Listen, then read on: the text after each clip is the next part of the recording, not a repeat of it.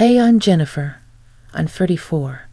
Been married to Jake for about a year now, and I spend most of my days glued to my laptop teaching students from all over. Life was cruising along pretty okay until the day it wasn't. You see, Jake and I live in this pretty awesome house my folks left me. It's big, cozy, and has been just ours until recently. Jake's folks, Martha and Bob, live just down the road. At first, it was kind of nice having them pop by, but then the nice turned into a nightmare. Martha, with her lifetime badge of housewifery, started nitpicking everything from my cooking to how I kept the house. And let me tell you, her standards were somewhere up in the stratosphere. "Jennifer, darling, this pasta is a bit bland, don't you think?" she'd say, screwing up her face as if she'd bitten into a lemon. And the house, oh boy, a woman's touch means a spotless home, she preached. You do want to keep Jake happy, don't you? I bit back 1,000,001 retorts every time. Martha, I work. It's not like I can magic the dust away between classes. I tried explaining once, hoping for a shred of understanding. She just waved her hand as if swatting my words away. Nonsense. It's about prioritizing. Your job is to take care of the home and Jake, of course. One day, she even had the nerve to inspect Jake's laundry right in front of me. You're letting him wear this. The colors have faded. You're not using the right detergent. I was seething, fists clenched so tight I could probably turn coal into diamonds. But I swallowed the anger, thinking, keep the peace, Jennifer. They're not staying with us. It's just a visit. But man, those visits felt like they were stretching the fabric of my sanity thin. Really thin. One sunny afternoon, I was setting up my laptop for my next online tutoring session when I heard a truck pull up outside. Peeking through the window, my jaw nearly hit the floor. There was Jake, helping his parents unload boxes and furniture from a massive moving truck. My heart sank. This wasn't happening. Martha, ever the matriarch, was directing traffic like she owned the place, while Bob just seemed pleased as punch, not lifting much as he surveyed his new kingdom. Jake caught my eye and gave me an apologetic shrug. I stormed out. Jake, what on earth is going on? Oh, hey babe, surprise. Mom and Dad are moving in with us. Isn't that great? He was all smiles, clearly oblivious to the nuclear level of my panic and anger. Great, great. What? When were you planning on asking me, your wife, about this little life-altering decision? I was practically spitting each word, incredulous. Babe, calm down. It's just for a little while. They're having some financial troubles, and this way they can rent out their place for extra cash. It's a win-win. Jake tried to wrap his arm around me, but I was having none of it. Martha chose that moment to waltz over, a commanding figure in her pastel cardigan and pearls. Jennifer, darling, it's so sensible, don't you think? We're all family here, plus you've got so much space in this lovely house of yours. It was meant to be shared. Shared? This house was my sanctuary, left to me by my parents who are no longer with us. It wasn't just some communal flophouse. I tried to keep my cool, but my voice had other plans. Martha, with all due respect, this is my house. Don't you think this is something that should have been discussed? Oh, sweetheart, don't be like that. You know, family helps family. We'll make such lovely memories together. Martha was all but patting herself on the back, while Bob nodded along, adding his 2 cents. Yeah, Jennifer, it's about time we all got closer, don't you think? Closer? I didn't even know what to say. The arrogance, the entitlement, it was all too much. Jake looked between me and his parents, a deer caught in headlights. Come on, Jenny, it'll be fine. What's mine is yours, and what's yours is ours. Right? Wrong. So very wrong. But as angry as I was, I couldn't bring myself to kick them out on the spot. Maybe it was shock. Maybe it was that tiny voice in my head reminding me what family meant to Jake. So I did what I've become an expert at. I swallowed my fury, plastered on a smile, and welcomed them into my home. As the days turned into weeks, I realized this temporary arrangement was anything but. Martha and Bob made themselves right at home, critiquing my cooking, commenting on my lax cleaning habits, and generally making my life a living nightmare. Jake, meanwhile, was either at work or playing the role of the oblivious husband too well. The temporary situation started to feel like a life sentence. Every day, from the moment I cracked my eyes open to the second I collapsed into bed, was a marathon of trying to juggle work and the incessant demands of my new housemates. One morning, as I was prepping for a particularly important tutoring session, Martha barged into my makeshift office, a frown already etched deep into her face. "Jennifer, this place is a pigsty. When was the last time you dusted? And those cups from yesterday are still in the sink," she exclaimed. I clenched my jaw, my fingers pausing above the keyboard. "Martha, I've got back-to-back sessions today." "I'll get to it when I can," I replied, trying to remain calm. She huffed, crossing her arms. "In my day, we kept a clean house and worked. It's about managing your time better," she lectured.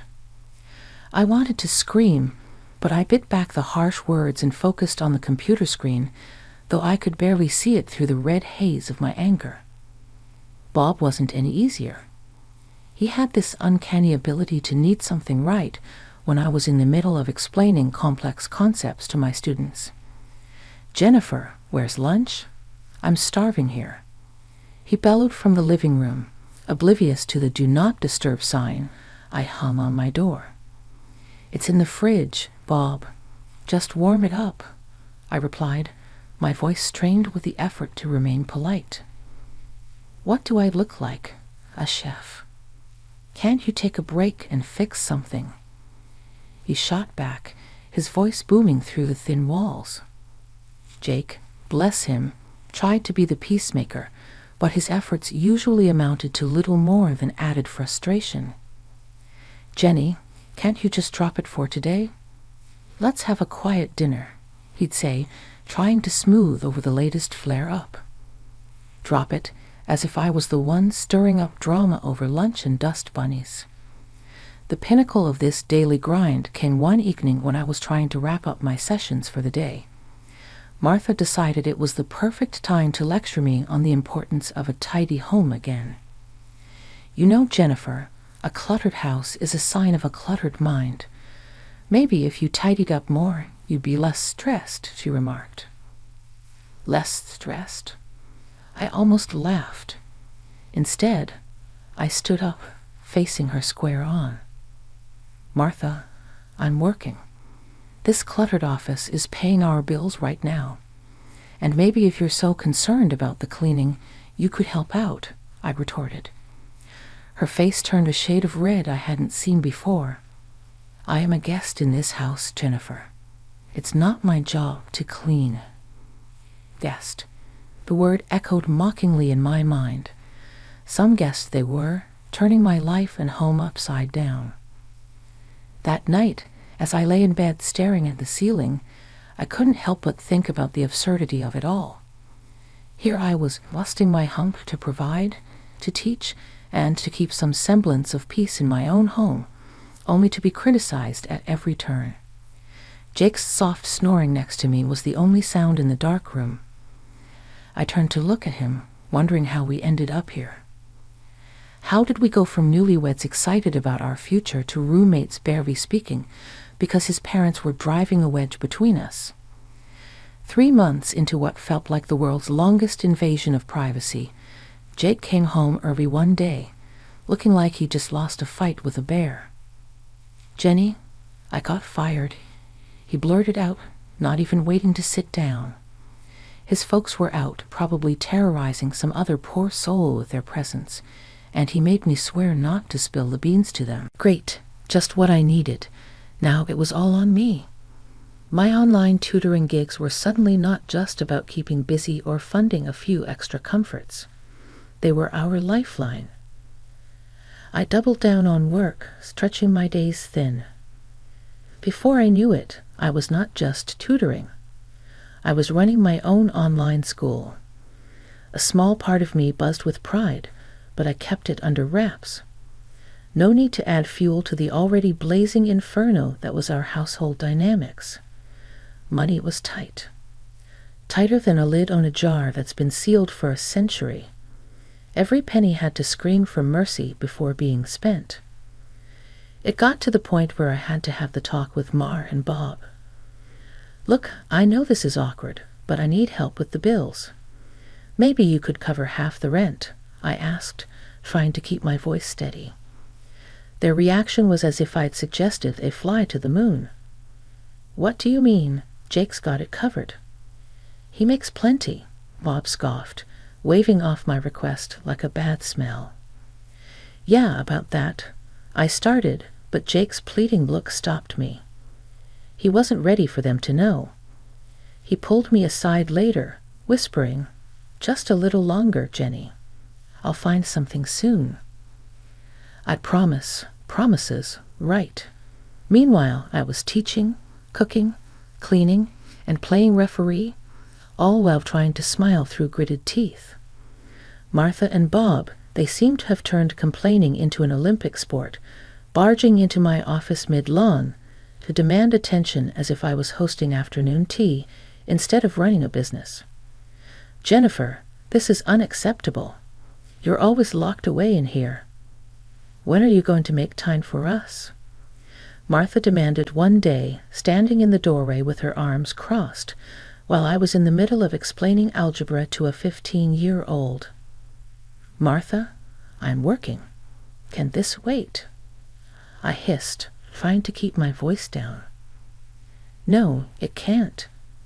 We're family, and you're neglecting us," she shot back, oblivious to the irony. Bob wasn't any better. "When's dinner?" "We're starving here, and you're just sitting around," he grumbled on a different occasion, ignoring the stack of papers and open textbooks around me. "Sitting around, really, Bob? I'm teaching and dinner is when you make it," I snapped, patience fraying like an old rope. Jake was apologetic, always whispering, "Thanks for holding us together, Jenny. It'll get better," but better seemed like a distant land, one we weren't getting any closer to. As the days turned into weeks, I couldn't help but wonder how much longer I could keep this up. One evening, as we sat down for dinner, Martha whipped out a glossy travel brochure, her eyes gleaming.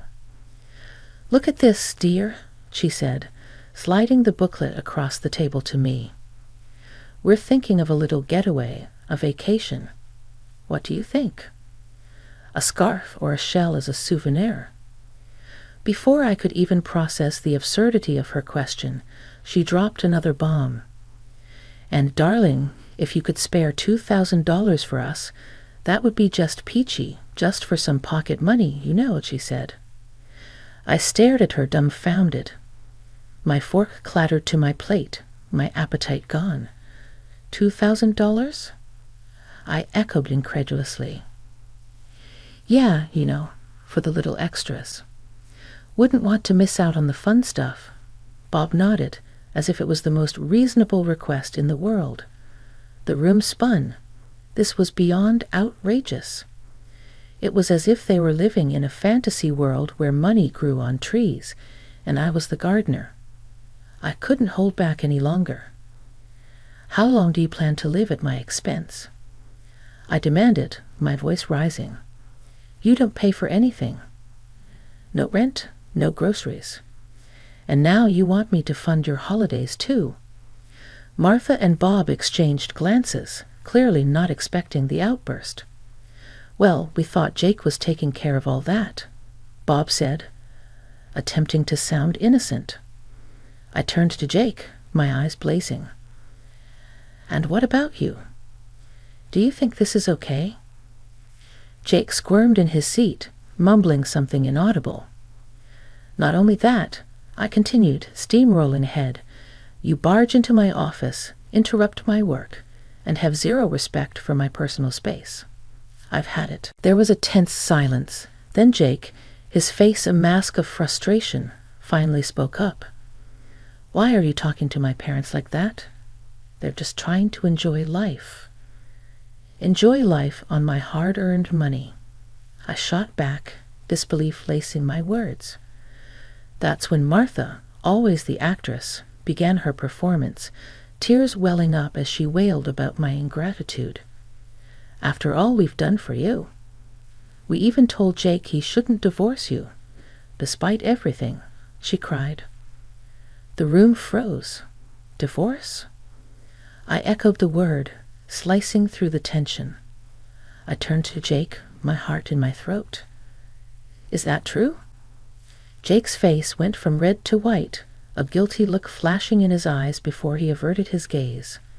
Martha, seizing the moment, clutched at her chest, gasping dramatically. "My pills, upstairs. Please." Concern washed over me. I stood up abruptly, the need to ensure she was okay momentarily overshadowing my anger. "Fine, I'll get your medicine," I said, leaving the dining room in a daze, my mind racing. The accusations, the deceit, and now this talk of divorce. My world was unraveling, thread by thread, and I was left to pick up the pieces.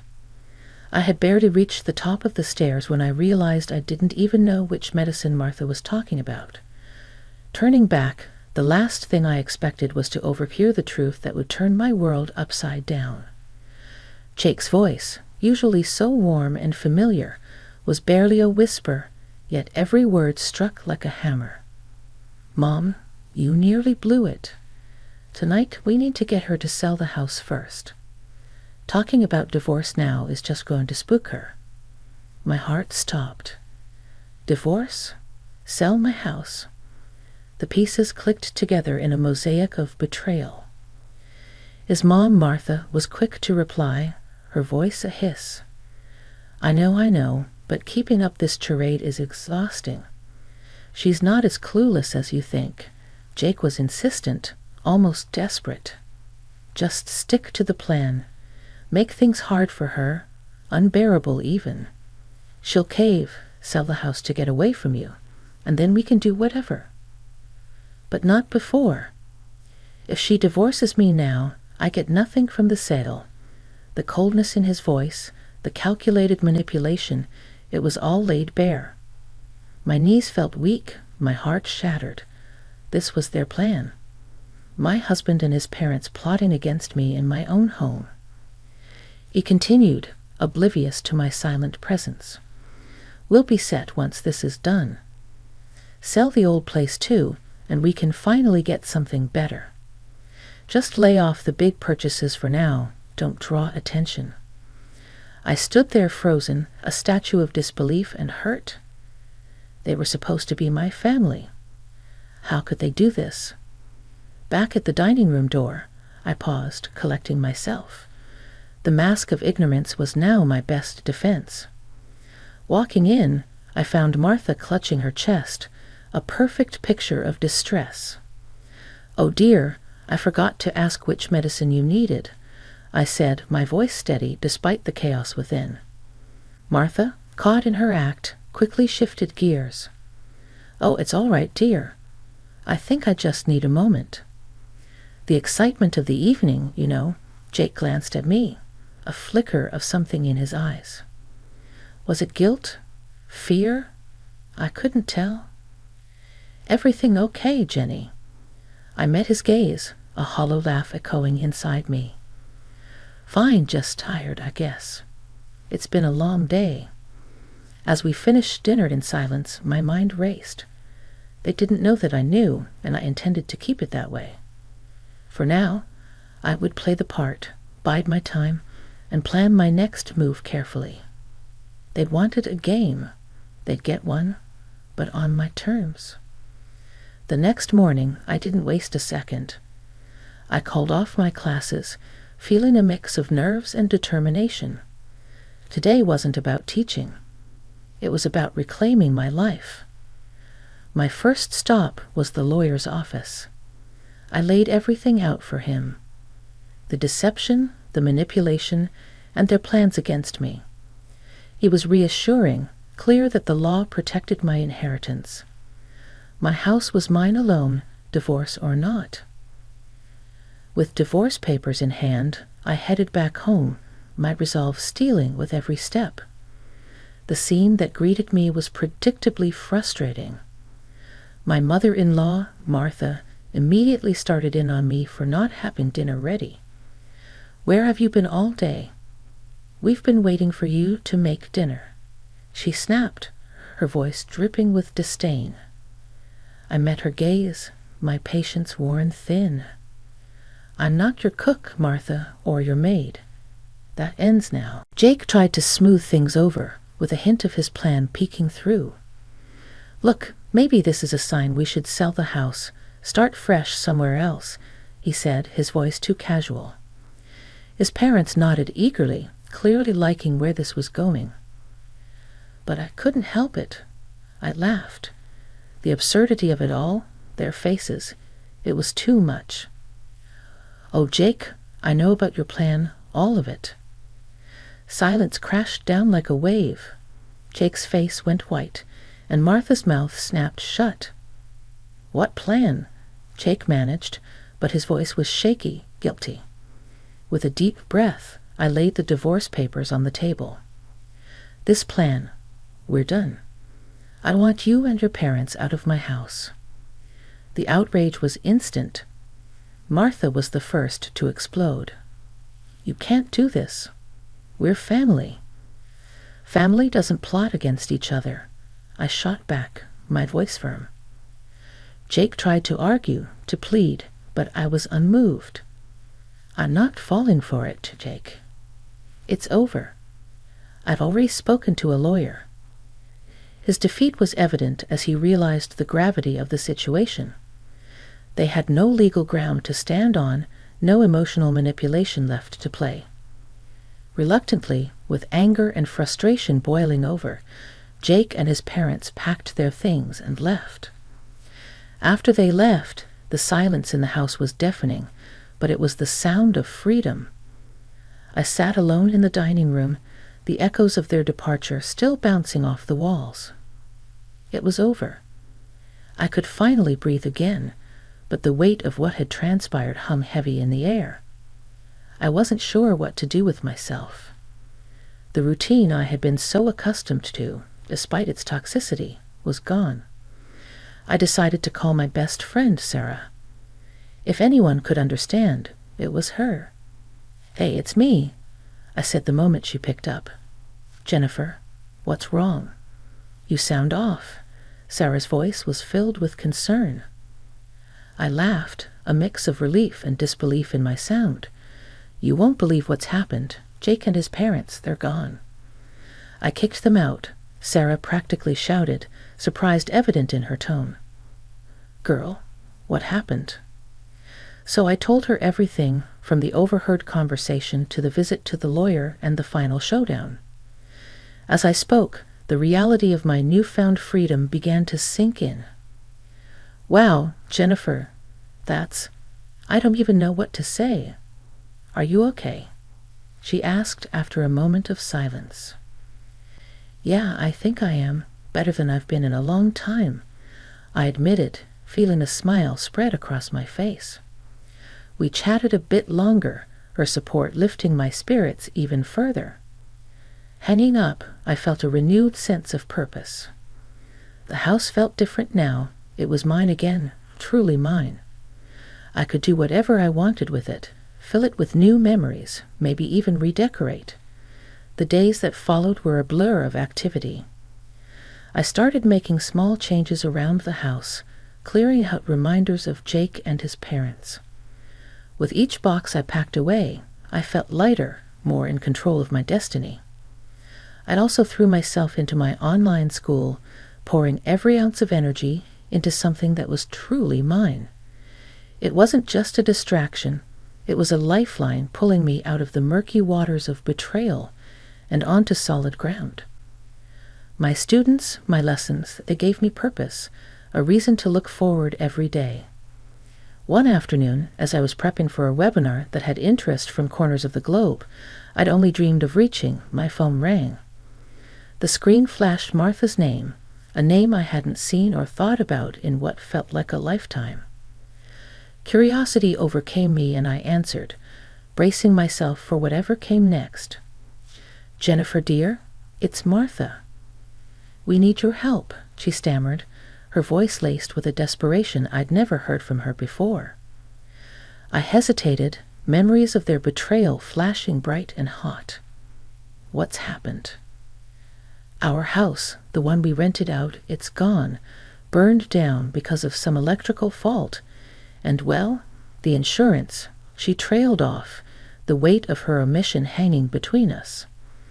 And you didn't pay the insurance on time, so now you're out with nothing." I finished for her, not without a trace of cold satisfaction. "Yes, exactly. We were wondering, hoping really, that maybe we could stay with you just for a little while," she pressed, each word more desperate than the last. The audacity of her request left me speechless for a moment. After everything, they still saw me as a safety net, their backup plan. I found my voice, steadier and colder than I intended. "No, Martha, that's not possible. You're strangers to me now." Later, through the grapevine of mutual acquaintances, I learned about Jake's new reality. He'd taken a job far below the expectations and lifestyle he once held dear, just to scrape together enough for a roof over their heads and the basics. Part of me wanted to take satisfaction in his fall from grace, but another, deeper part of me just felt tired of the anger, the resentment. It was time to truly move on.